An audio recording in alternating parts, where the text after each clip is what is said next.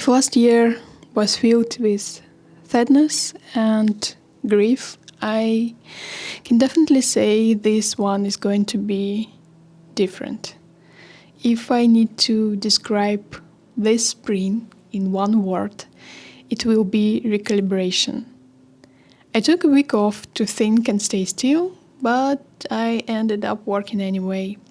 Even though my attempt at vacation failed, it gave me permission and a little bit of time to reflect on my routine, on what I do, and to ask whether it is my decision or just momentum taking me through life with my eyes closed. I have been feeling very lost lately, as if the old system of coordinates stopped working, and actually I think it never worked. And the new one isn't there yet. Not sure about the destination anymore, but I think I'm figuring out the direction very, very slowly. If you remember the experiment with children where they were given sweets and those who postponed gratification by not eating it right away were more successful in life. Side note, it turned out this was never successfully replicated later, so take it with a grain of salt. I think I was and still am that child who constantly refused to allow myself to enjoy that candy and thinking that this was good. I put more value on things that were hard than on things that I enjoy or that are fulfilling. The tricky thing is that you can only do this for quite some time before you become depleted. And for me, it lasted decades until last year was the last straw, and it was crushing and immediate. It not only brought a lot of emotion mess, but also insomnia and awful back pain, the whole bouquet. So I really couldn't ignore myself anymore. There are things that must be done that are hard, and this is part of life. You can't change it, and that is okay. You should accept it. However, some of us create additional rules, boundaries for ourselves, creating prisons with our own thoughts. Call it limited beliefs or imposter syndrome or anything else. But looking back, I can see that I wasted a lot of time being constantly busy with work and tasks I perceived as important, yet they never moved me forward.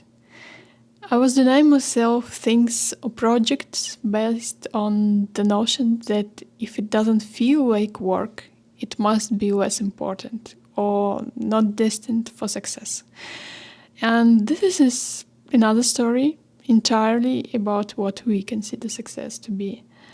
But there are times I don't start a project or paint something, not because it can't be successful in theory, or because I'm not passionate about it, but because I am doing it. So I believe it can't succeed.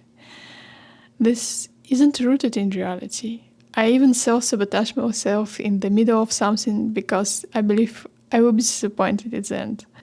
What made things worse is that I am also captured by social media algorithms. I got all my sales from social media. So if I made something personal, because a lot of people followed me from fan art, it didn't get as much attention. So I internalized this as a failure on my part. But it's just the algorithm is how social media works. And instead of making more personal art to grow my audience who likes it, I thought it was bad overall, and that nobody could never ever connect with it, even when someone told me otherwise, like in person on conventions. This again is not rooted in reality, but it feels very real in my head. The thin line between being proud of something, believing in one's worth, and arrogance. And I have difficulty with this because the first two are not things I really felt or allowed myself to feel fully.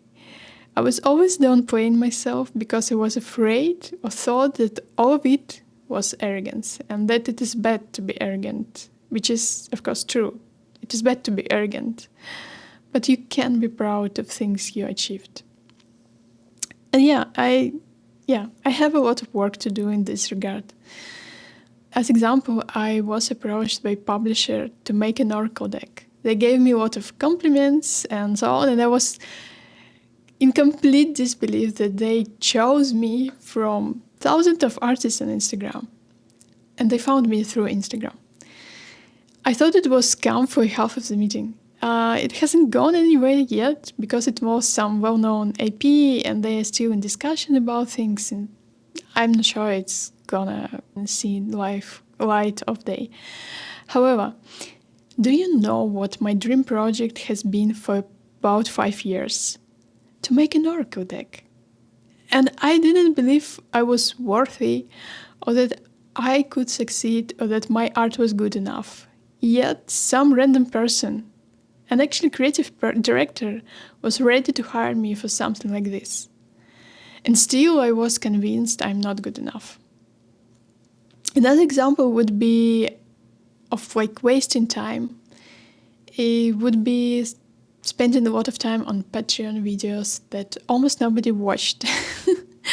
Not because they were awful, but maybe they were not so engaging. But I felt an obligation to do those process painting videos because everybody else seems to do it on Patreon, and I thought I obliged to do that as well.